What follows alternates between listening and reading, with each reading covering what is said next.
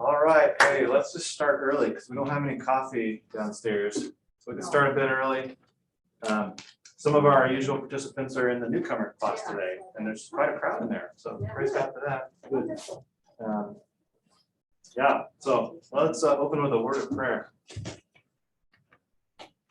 Gracious God, thank you for an opportunity to share some stories and some insights, especially today as we look in the home and look a little more at our closest relationships as well as careers and things like it.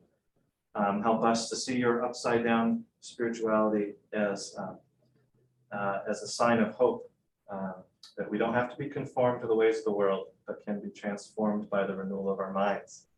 So we pray that your Spirit would give our minds wisdom today and encourage us in our life of faith. We pray in the name of Jesus. Amen.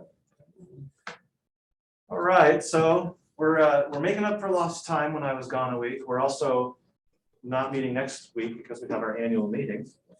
And there are 2 more Sundays after the annual meeting week to finish the book. And there are too many chapters, right? So you have 2 pages stapled because we have 3 chapters in this middle section. This middle section is called Our Lives. And he's already covered ourselves. We looked at ambition, making a name for ourselves, go home heart, you're drunk, why we should fail at following our hearts. And now we're going from kind of ourselves into our lives, primarily marriage, parenting, and vocation or career, as we say. So marriage, parenting, and career isn't going to impact all of us in the same way.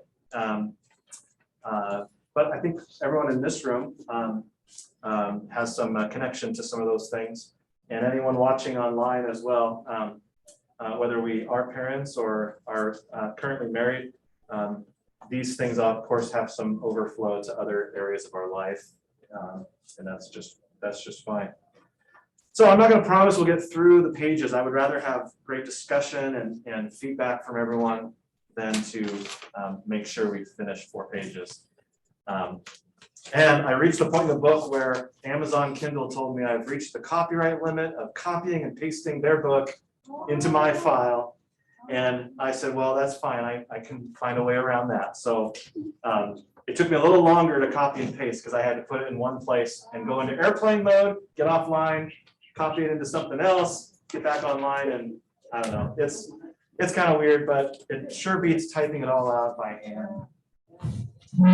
So we're going to start with supermoms and uber dads and other people who don't exist.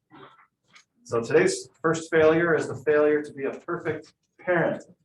And I hope anybody in this room qualifies. My kids still love me. They want to spend all day with me if I let them. And so far I'm perfect, but I suspect maybe that'll go sideways eventually. Nope. I've mentioned in enough sermons over the years that I thought I was becoming a patient person, but that's just because I didn't have children yet. And you begin to see that although we do grow and mature and are prepared in different ways for growth, we also keep getting thrust back into, as Chad Bird would tell us, thrust back into vocations, callings. Callings to be a dad is one where you, like in marriage too, come right up against somebody else who is the center of their own life. And you're trying to figure out, what do you do with 2 centers of gravity in a relationship? And of course, children are so selfish and so self-absorbed. And so then, you got to manage that. So I was doing the annual report and looking back over the last year of classes. And it was about this time a year ago that we went through a book by Paul Zoll called Grace in Practice. And that book also kind of went through some practical areas of life. And so we're taking another pass at this challenge, thinking we need to be super moms and uber dads. And the first question I put on there in italics under the chapter is Chad Bird talks about how his grandparents grew up in a house that their parents built or that they helped build. And they just basically lived in the same house and the same farm for decades. And then Chad's parents, I think, had like 2 homes or something. And then Chad in his own adult life and his own children have had all kinds of homes, apartments, homes, divorce happens, there's kids have multiple homes at the same time. And, and just the list of sort of locations to say, to call home. And so he just asks us, what house built you? Or what house is building your children if they're in the home? And how does a house shape the architecture of our soul or our children's soul? And I guess let me just pause there and just turn it over to you. Did you have a childhood home or a period of time where you said this place really shaped who I was? It wasn't just the people in the room.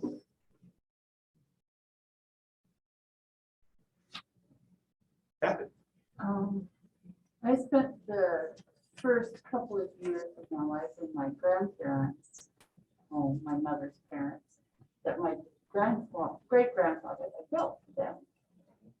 And that has always been the icon of home. And until, it still has a home place in my heart. But I realized that you had to let things go too when in my 30s, late 30s, after living multiple other places, it went by there and it no longer looked the way it used to look. The trees were overgrown, all the lovely truck garden and fruit trees and things that my grandmother had planted and tended were gone. It had been turned into a car repair place of all things. But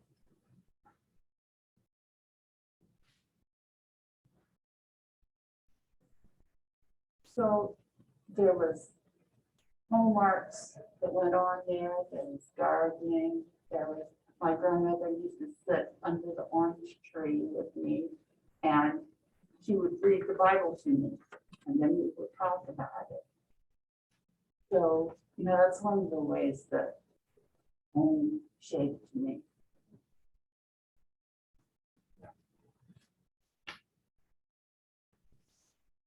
Well, I grew up on a farm, and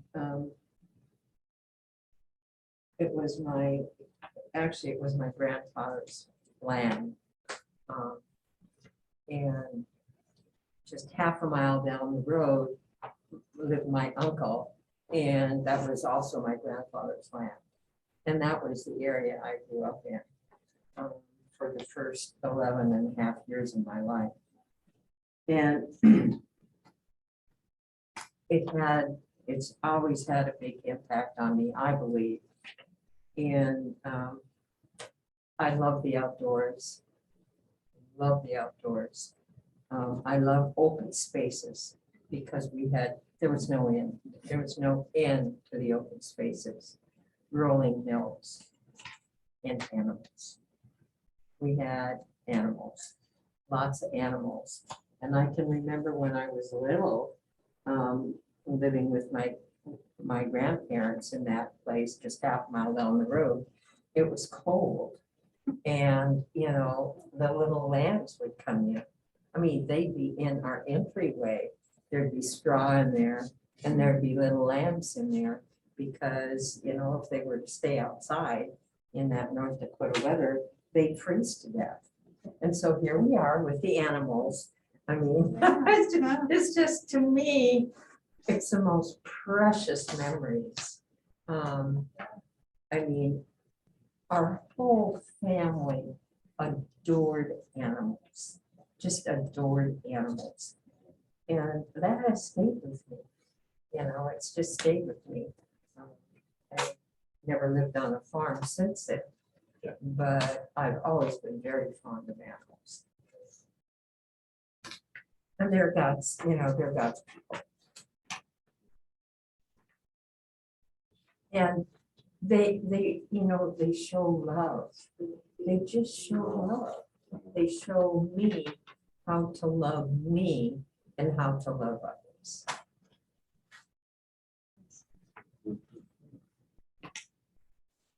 I was a city slicker.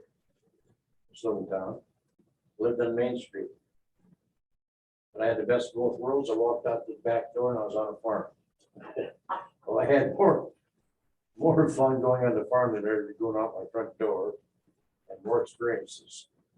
So that was really great. That happened, that was for about till I was 10 years old. And, wonderful.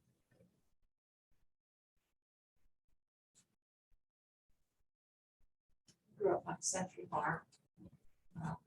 When I was 18, couldn't wait to get out that farm, go out in the big bad world and go to college, etc. Now everybody, family fights to get back to the Century Farm even for a weekend.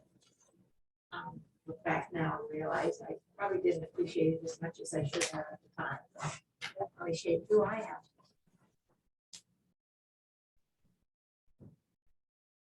One of the things I think, I mean, some of us are not too many generations away from the farm.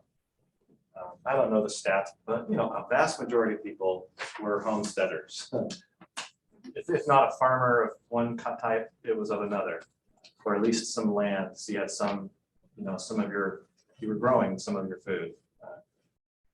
And I think, you know, before the Industrial Revolution, well, Dad probably worked on site, and home was not just a place of leisure to come home to, but home was where the work happened too. And everybody had something to do. Kids had something to do. Men and women had something to do.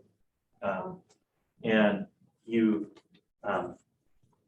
know, you're not just there to either entertain the kids or raise the kids. You're all kind of taking care of the family industry. So work is wrapped up in play, and parents might be around, but they also have work to do. And then the pandemic has actually reintroduced some of this complication where people are working from home.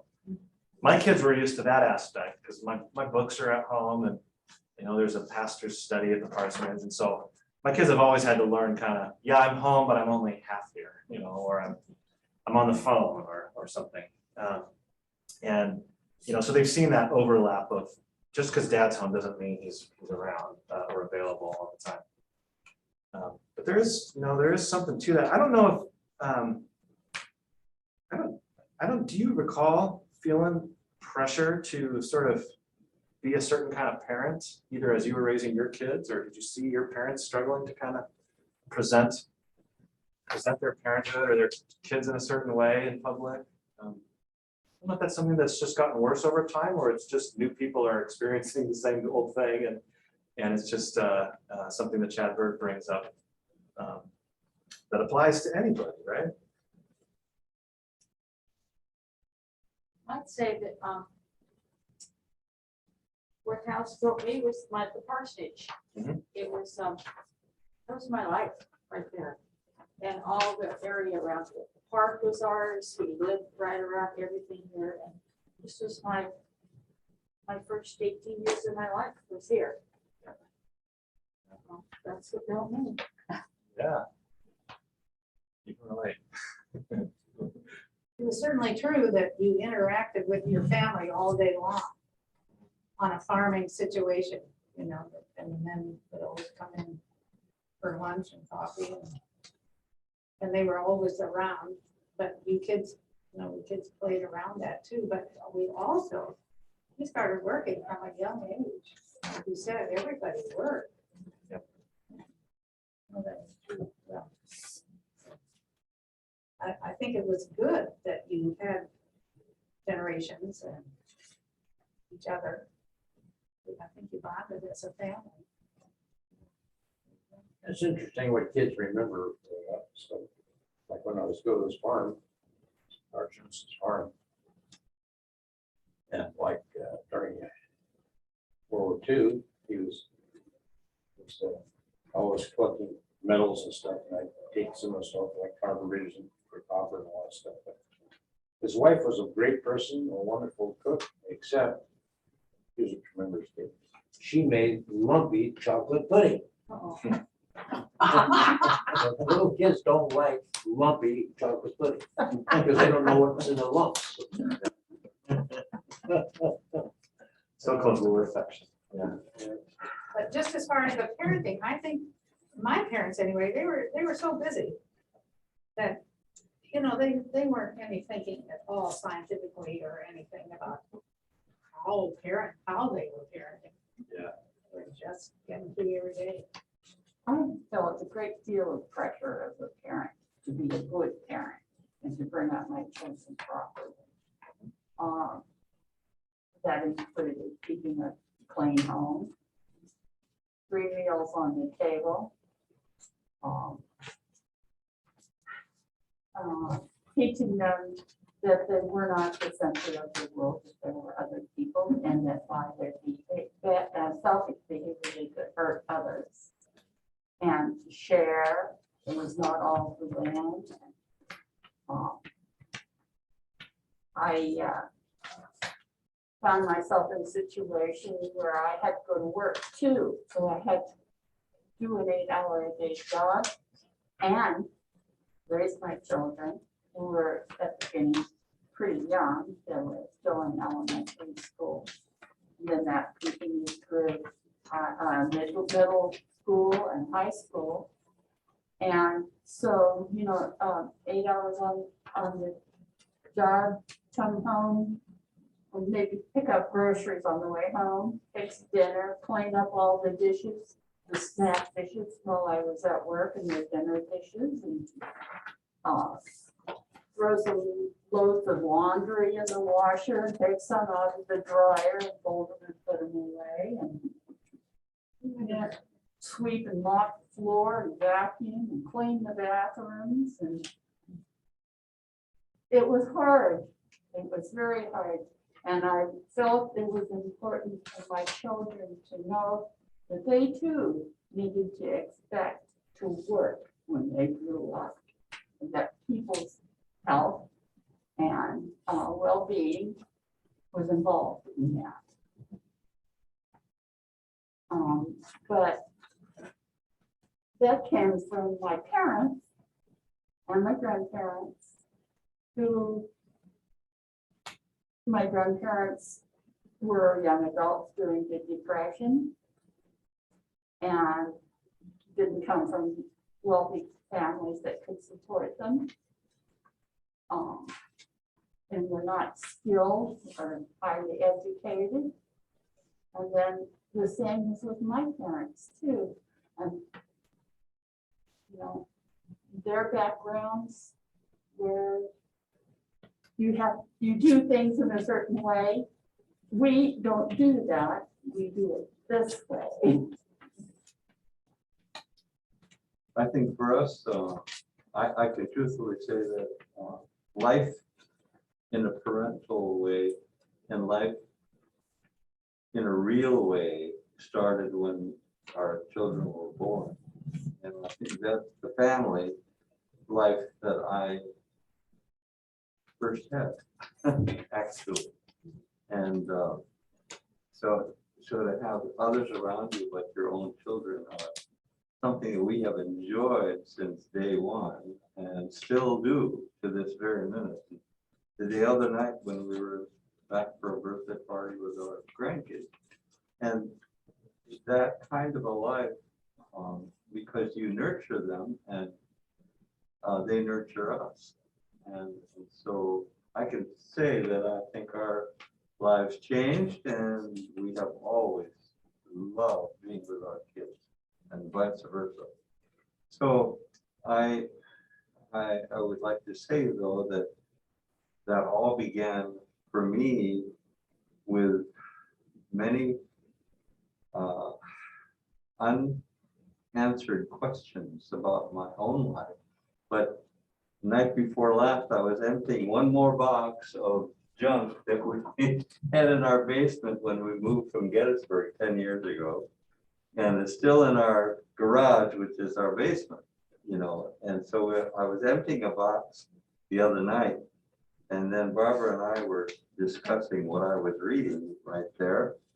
And it was a history for me that I had written down 20 years after I was became a foster child. And it was the first time that I met or went back to my real mother and my brothers and sisters and had a meal and talked. And I vowed that I would ask a lot of questions so I could get some answers. And I did. So I sat down with my mother afterwards and I wrote down everything where they had moved. The one thing that we learned the other night was that my blood family never had a home. They never had a house that was theirs that they built or could live in. They moved from farm to farm to farm, to relative to friends, all their lives, you know, up until they died. And so I never experienced that my first years because I moved 6 times before I was 8 to various farms.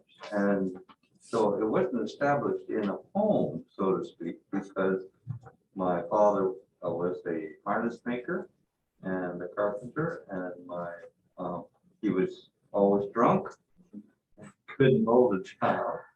And my mother was a cleaning lady, and that's what she did the rest of her life. And I learned to do that. I love to clean. Good.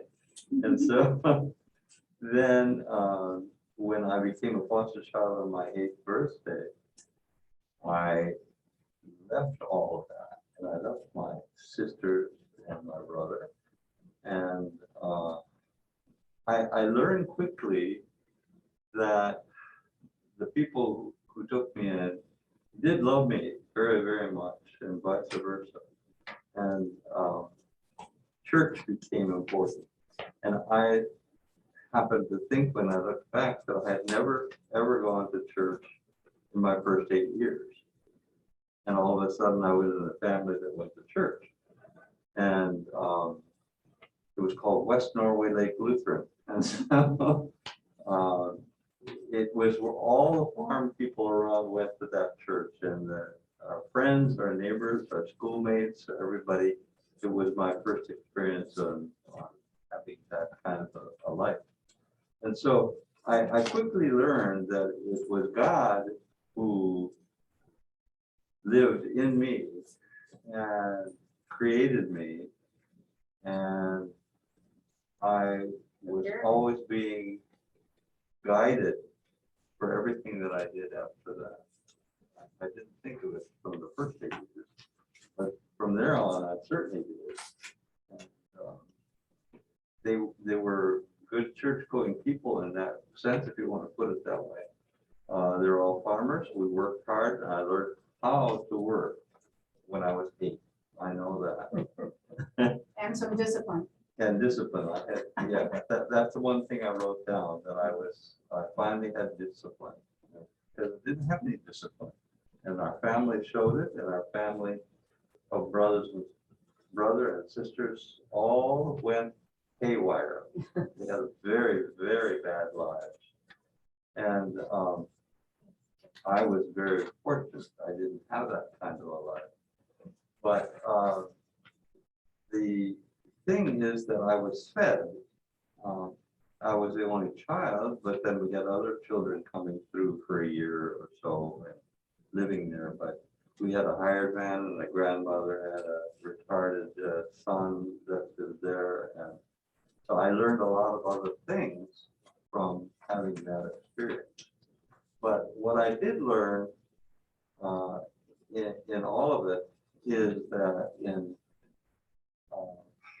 establishing a life for me with reading the Bible and reading where the answers were for my life. I had it all through I got to go to college.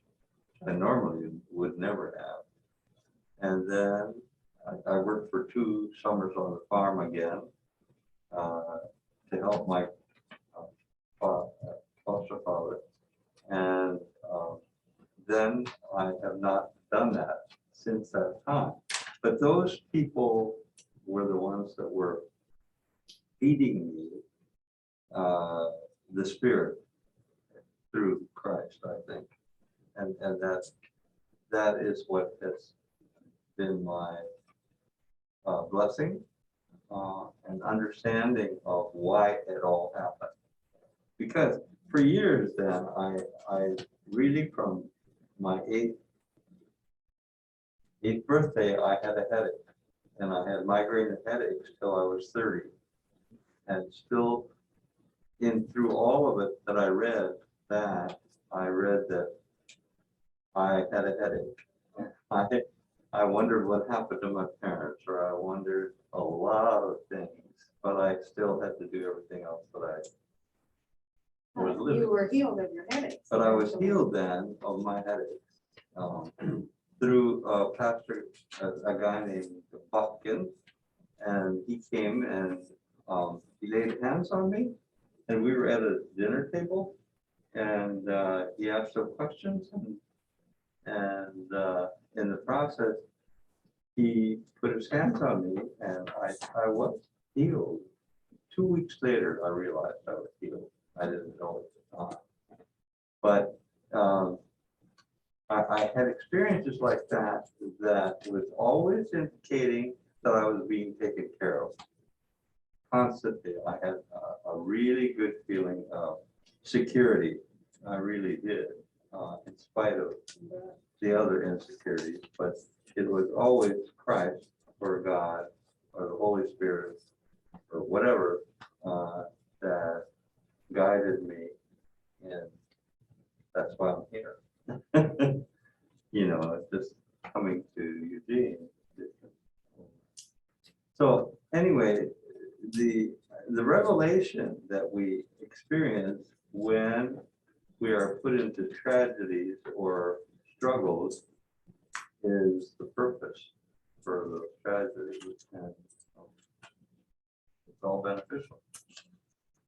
So it's this whole thing. But anyway, we came to this church because we heard Tom preach, and as we came here, we went to 3 different churches, and that's when he was preaching that Sunday in this church. We were sitting in the back, and I said to Barbara, "This is where we're going."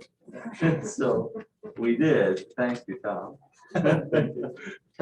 So What did Barbara we have say? really been blessed by this congregation Right? being here. No, thanks, Karen. Thanks for sharing some of your story. Oh, yeah. Yes, well, I was a city slicker too, but my town was only 390 people. You know, like, I experienced farm life because my aunt and uncle lived on the outskirts of town on a farm. And we would go there and gather eggs and go feed the animals and milk the cows. But I also vowed, after dating several boys that were farmers, I was not going to marry a farmer. Smart woman. My dad, this is more experience, is my dad had a milk route. And he would go out to the farms, and us kids would ride along with him, and he'd pick up these 5-gallon cans of milk, then haul it into Waterloo, Nebraska, where they had a dairy. And when we were there, they would give us a bottle of chocolate milk. We thought we had died and gone to heaven. But that was my experience with farm life. No farmer for me. Sounds like Barbara. She did the same thing you did. The third paragraph, or the second one from the bottom, I think that's a good example of some of Kermit's story about receiving the Spirit from his foster family.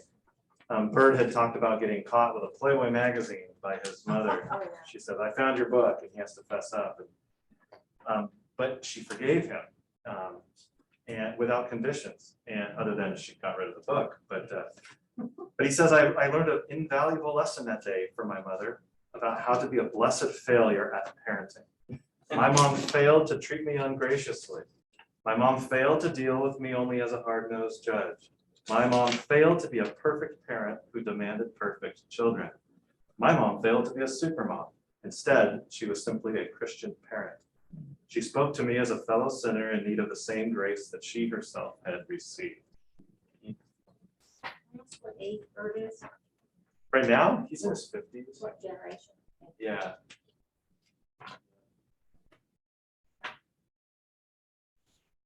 That's a hard thing to know when to apply the law or the gospel to your children. And the first paragraph, we don't have to read it, but the first paragraph, I put it in there because there's grandparents in the room. And he talks about, you know, a lot of grandparents, he says, try by indulgence to the grandson to make up for harshness to the son.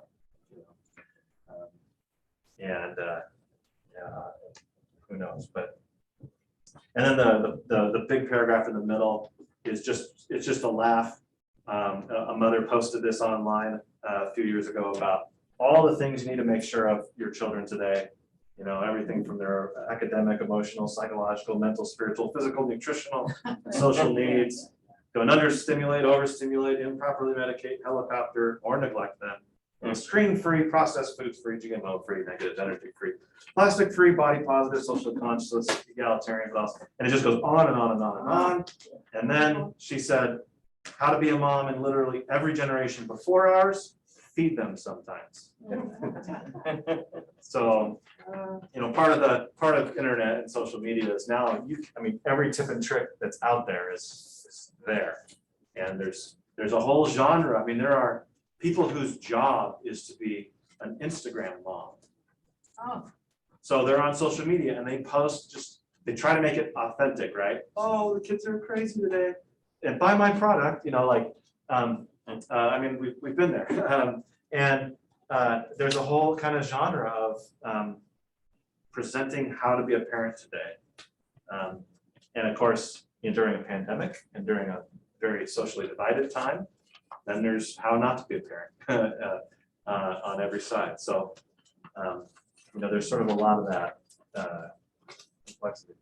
I have a story about, you remember Harley Lassen? Did you know Harley? Yeah, barely. And he's, okay, anyway, he and his wife had 6 kids, and it was just a crazy house. And we, some of the women wanted Alice to go on a retreat with us. We thought it'd be good for her to get away, you know.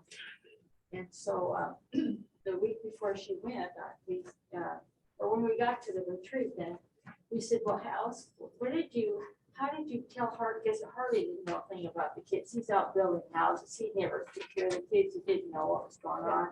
Didn't know what to feed or anything. And so she said, I told him before I left, all I want you to do is just keep them alive. Yeah. And so she got to go, and I think that's what he did. Yep.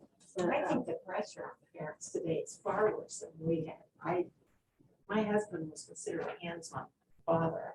Yeah. I mean, he changed diapers, he got up in the night, he went to his job for 8 or 9 or 10 hours a day, came home. But nowadays, it just blows me away how Tom and my son can change the diaper, dress the kid, get him to school, get him to the swim team, fix their meals. They do it all. It was kind of our job, Yeah. and it was a little overwhelming at times. Yeah. But I can't, you know, it's such a shared experience now, and I think you're one of the first generations of. I have told people, I don't remember ever sitting on my father's lap. He never, or he reading to me. He was the farmer who worked all day, and I mean, it's just the dynamics of how things were. And nowadays, to see my son laying on his daughter's bed reading her book for the night, it's like, this is weird. And it's not, because my husband, like I said, I was lucky. My husband was very hands-on. I had friends whose husbands, even back in the 70s, didn't do anything to help the kids. But nowadays, it's like I guess because mom has to go to work, but you were talking about how hard it is as a single mom. No, I was not a single mom. Oh, okay. Well, there's that too. We're still the main homemaker. But I'm just saying, I'm blown away by how fatherhood has changed and motherhood both, but fatherhood especially. You weren't expected to do all that when. I remember bringing baby Ezra over here and somebody asking me, actually it was at daytime at Bible study, I think, but they said, oh, are you babysitting today? No, this is my kid. Nope. Nobody Nobody's paying me to do this. Nope. Yeah, our oldest turned 10 this week, and Andrea wrote him a letter. It was very sweet. And she told him, you know, I didn't want kids. Most of my life, I knew I didn't want kids, and you changed my life. But I can't imagine my life before you. And after Judah, it wasn't his birthday, but after he read the letter, he looks at me and he goes, "You and Mom didn't want kids? I said, leave me out of this. I wanted kids." It was after some of you were born that we didn't want kids. No. So, yeah, you can't really, you know, Kermit, earlier you said your life kind of began in a sense when you became a parent. And I think one of the pressures of parents today is actually, you're supposed to have your whole life sort of in place before you can responsibly have children. Right. So, I mean, I've done a lot of different kinds of weddings. The majority of them, the couple's already been living together for some time because that's the responsible thing to do. And a lot of them, the reason they're getting married is because they want to have kids. And so there's still this sense of legitimizing a marriage before the kids come on. But I've done marriages where they've bought a house together. You know, they've combined their finances, they've everything but legal marriage. And but then when the kid's gonna come, they want to kind of still feel like they should get married, right? But the whole life is in order. The education's done, career's on the way, the home is established. And then they got a divorce. Well, there is that. I mean, there is that too. Yeah. No, We're speaking from ourselves. Sure. Yeah. Didn't that phenomenon start too when we could control when we had children? Oh, absolutely. Yeah. Before we had birth control, et cetera, and knew what was going on with our bodies, it was like you just, Yeah. I wasn't an unwanted kid, I wasn't supposed to be, my dad didn't think he could afford me, and yet it happened because it wasn't fail-proof in those days, but I think, yeah, now you can control it right down to the day. There certainly weren't any books about how to be a parent either. No. Well, what was his name? Spock. Dr. Yeah, Spock. Dr. Oh, yeah, Spock. Dr. Spock. Yeah. My mother said that was a good book for spanking the kids. I thought he was the one who said, "Don't do anything bad to your kid. Don't do anything like coercive."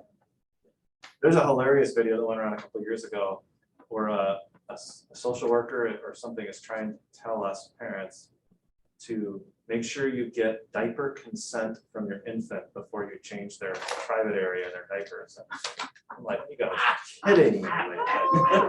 And sometimes I'll joke about it. If I'm changing somebody's diaper with Andrea in a room, I'll just be like, okay, now Abel, do you consent to me wiping your bottom? And you know, like, of course he doesn't. Like, anyway, I get the heart of it is teach your kid to respect the possession of their own body, the privacy of their own body, the care, the dignity of their body. But like, come on, I gotta change this 7-month-old's The diaper, right? word appropriate Yeah, really needs to a more prominent place in our culture right now.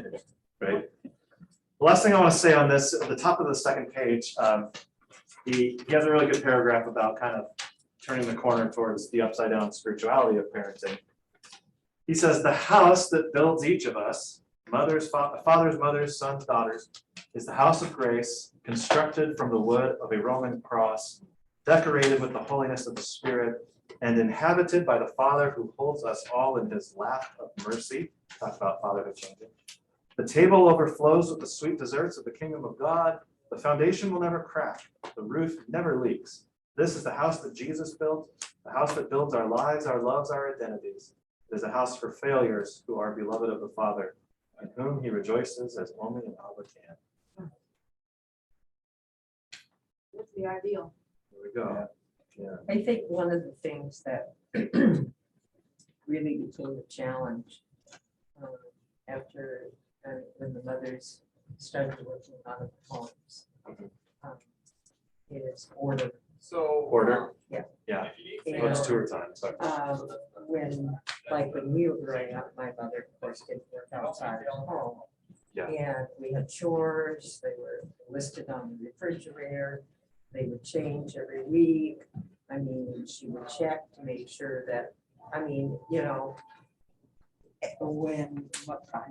did I do that? I mean, there was absolutely no way.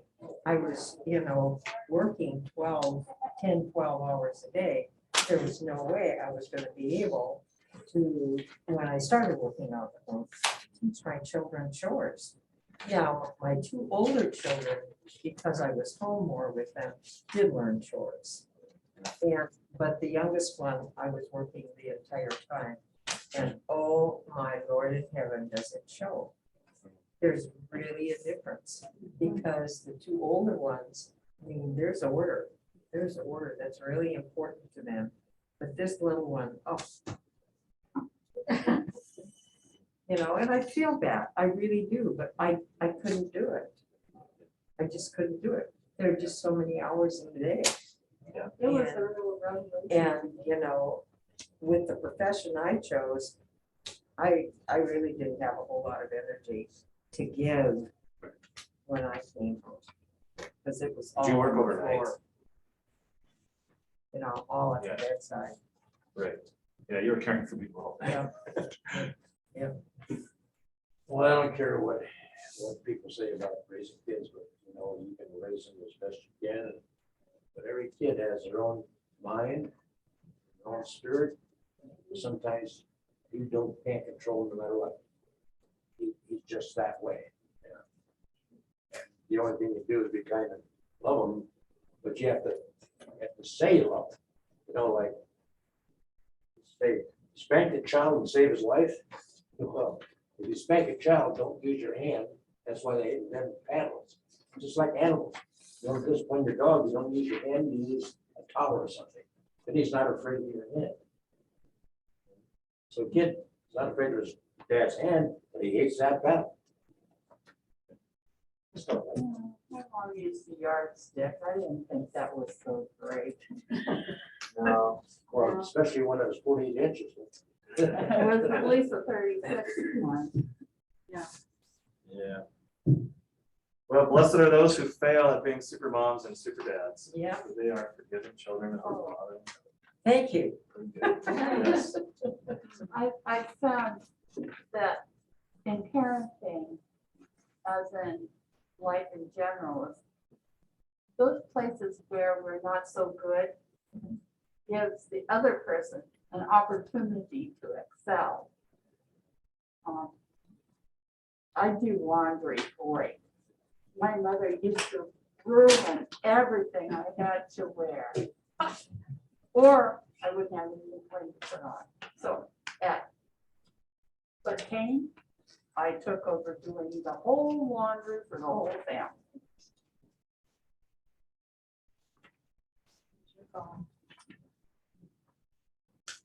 Let's do this. Let's kind of take a brief pass through chapter 5, and then if we save chapter 6 for 2 weeks from now, we'll be able to do 2 chapters for each of the last 2 Sundays, and we'll have a chance. So chapter 5 is my altar has a diesel engine, the failure to search out our calling. So what he means by this title is basically that he was a pastor and a professor, and then he blew his life apart. He talks about that in a lot of his books. And he was no longer a pastor or a professor, but he talks about how when he really understood vocation and how God calls us into the various callings of our life, he realized when he became a truck driver, he still had an altar, but his altar had a diesel engine. And he began to realize that even, and not only does his altar have a diesel engine, but as a father and eventually a grandfather, he continued to be a pastor. He was, because all of us Christians are part of the priesthood of all believers. And instead of offering sacrifices for sins, we offer the sacrifice of ourselves, our lives, for the sake of others in our callings. And so the first paragraph there is, he asks, do we make a living or does our living make us? So he kind of talks about, this kind of connects to the first couple of weeks of this class. We try to make a living, whether we're making a name for ourselves or following some kind of career idea or perhaps ambition, some of the ambition being good, some of the ambition being selfish.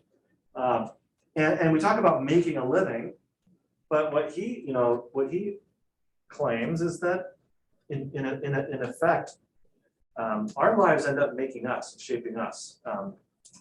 They really, whatever we're called to ends up having a greater impact on us than whatever we think we're bringing to it. So he's going to say to fail to find our vocation is a blessing, because the quest to find it is in vain. It's not some deep mystery that we have to solve by penciling in the ovals on career aptitude tests or searching our hearts and attending job fairs. We can't unearth it because it's not buried. It's as plain as the face on our neighbor. We don't find our callings find us. They are given by God in his creation of us, his providential guiding of our lives, and most importantly, in the people he gathers for around us. Amen. Yeah, and that's not to say that we don't ask our kids to think about what they might want to do for school or for career. But it does mean to not think that there's some great mystery like God's will is one college only or one career path only, and you're either in or outside of God's will for your life. Well, I have a story about that. Yeah, let's hear it. I was going to be a teacher. I was a teacher for years and years and years. I'm a senior in high school, and I'm still going to be a teacher. And this is now maybe March, April, and I'm called to the principal's office. I'd never in my life, all my years of school, had I been called to the principal's office. I was scared to death. I get in there, and he told me, we have a scholarship for you. And I thought, oh, for teaching. And he said, for nursing. Nursing. And he said, it's a fully paid scholarship. Tell me that isn't a calling. That was not what I was going to be. I was going to be a teacher. But what I found out is that a big part of nursing is teaching. So I got both. So, but to this day, there isn't a week I don't think about being called to his office and thinking, what are you thinking, God? Come on, me, a nurse? I don't think so. I got called to the principal's office and it wasn't anything good. He told me, I hear you're hard of hearing. That's one of the teachers kind of called the principal, said, just a little boy, so we'll talk about his hearing. So he says, well, I don't think there's anything wrong with my hearing. And there was not, right, so the principal. I can't hear you, teacher, or all that kind of stuff, But I had a calling that came to me over setting golf clubs. Had to set the golf clubs for sale. One thing, I needed the money, and but anyway, this guy came to buy these clubs, and he was such a skinflint, I didn't sell them to him. But he told me what he did, and that became my vocation for 30 years. As provost. Never did particularly like the guy, but he was a decent kid, decent person, but so city golf clubs ended up with a 30-year good. Yeah. Amazing. What he told me, what they did and all that stuff kind of interested me. Kind of a coincidence that I became a parole officer. My dad went to prison.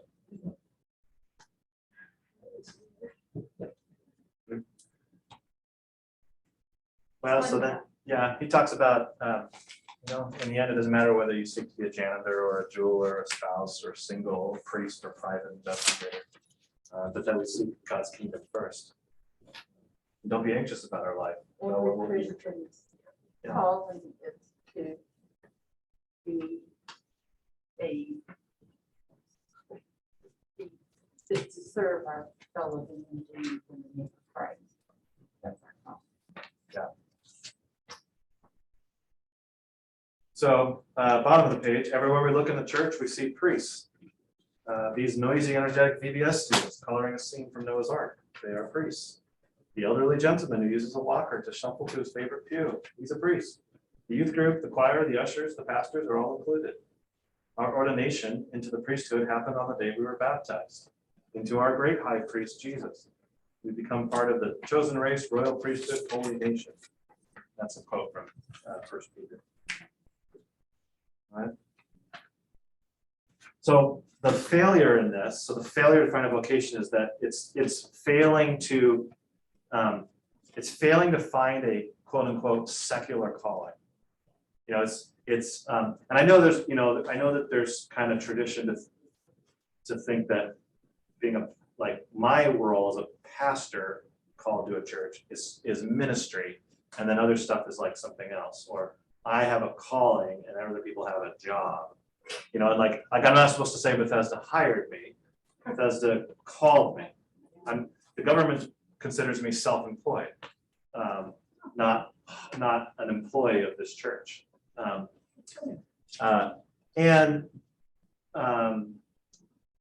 But we end up kind of trying to make these divides between secular and sacred, and and Burr just says we're supposed to fail at that. We're supposed to fail at thinking that the only altar is the one inside a sanctuary.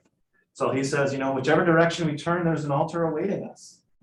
On these altars, we offer our bodies, time, energy, possessions, and our words. He realized that his new altar had a diesel engine. He also realized that his trampoline, where he spent countless hours with his young kids, was a bouncing altar. And the stove where he cooked their meals and the table he served them on were also altars. Yeah. So Christ turned these things upside down. All kinds of things become holy things and holy times and holy duties. As priests of God, we find these altars everywhere. Luther was big on this in the Reformation when he and his wife, left the holy orders of monastic life. He talked about a mother who changes her baby's diapers does a holier work than any monk ever invented for himself to do. These are holy callings. That last line is amazing. Hiding in us as its mask. Yeah. That's kind of interesting. Yep. 2 or 3 years ago, I wrote an evangel article for October. It was that we are God's Halloween Mass. And Luther talks about the Mass of God a lot, which the Latin is funny. I always think about it. The Latin is larva Dei, the Mass of God. It's like, why is larva a mass? So I don't know if that's because larva has something to do with with bugs and what they metamorphosize out of. I don't even know. Appear to be something else. I'm not sure. Appears to be something else, but Yeah. but we are. God puts us on as a mask and does His work. We were just talking about this in confirmation this week because we're talking about the Apostles' Creed and God is creator of heaven and earth. And Luther says, what does this mean? He's like, God has created me and all my members and daily and richly, provides all these things, food and drink, house and home, and upstanding, government and all these things. And when we think, are you sure? Like, what about the milkman who goes by and picks up all the 5 gallons of milk from the farmers? And what about everybody else? It's like, well, that's God at work, wearing the mask of people. But that's the renewing of our minds, isn't it? Yeah. Or the changing our minds. Yeah. Opening them to how God is. Yeah. Well, and Paul says, 2 Corinthians 5, we used to look at Christ according to the flesh, but we do so no longer. And now we consider no one according to the flesh, but whoever is in Christ is a new creation. The old is gone, the new has come. It's like you just no longer run into ordinary people, which does give us some freedom to, there are people who are doing God's work, whether they believe in God or not.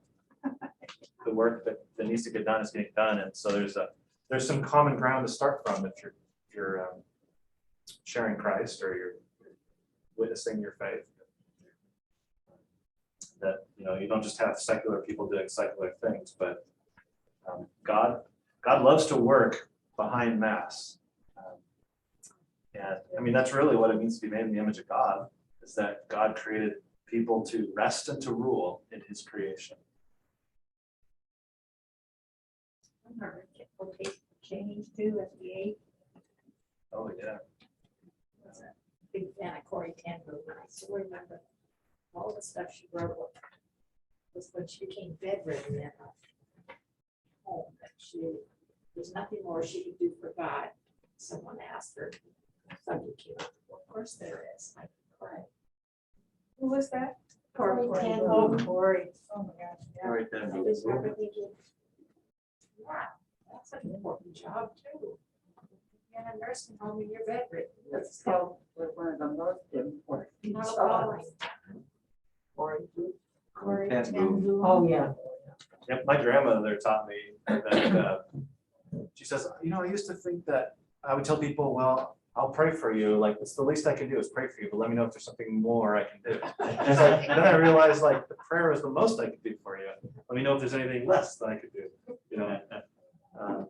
Yeah, it is, it's a beautiful picture to think, the modern day monasteries are nursing homes and grandmothers and grandfathers in their homes, and the ministry of prayer and keeping people in their hearts when they can't, you know, do what they used to. You know, this afternoon I have to go to a memorial for a friend of mine, guy I played golf with for 25 years and stuff. He was not all, he was addicted. But you know, people are addicted to all kinds of stuff. Money, clothes, cars, whatever. It's the same, it's an addiction. Call. So he had one. What? Call. Yeah, good, golf. But you know what? There was a song one time, it's called, you know, I Am the Great Pretender. You remember that song?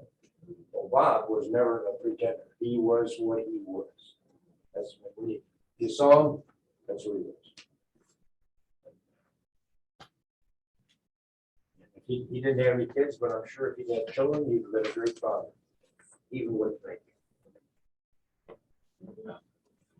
But you know what? Thing is, I pray for a lot of people and things and stuff. I never prayed for him.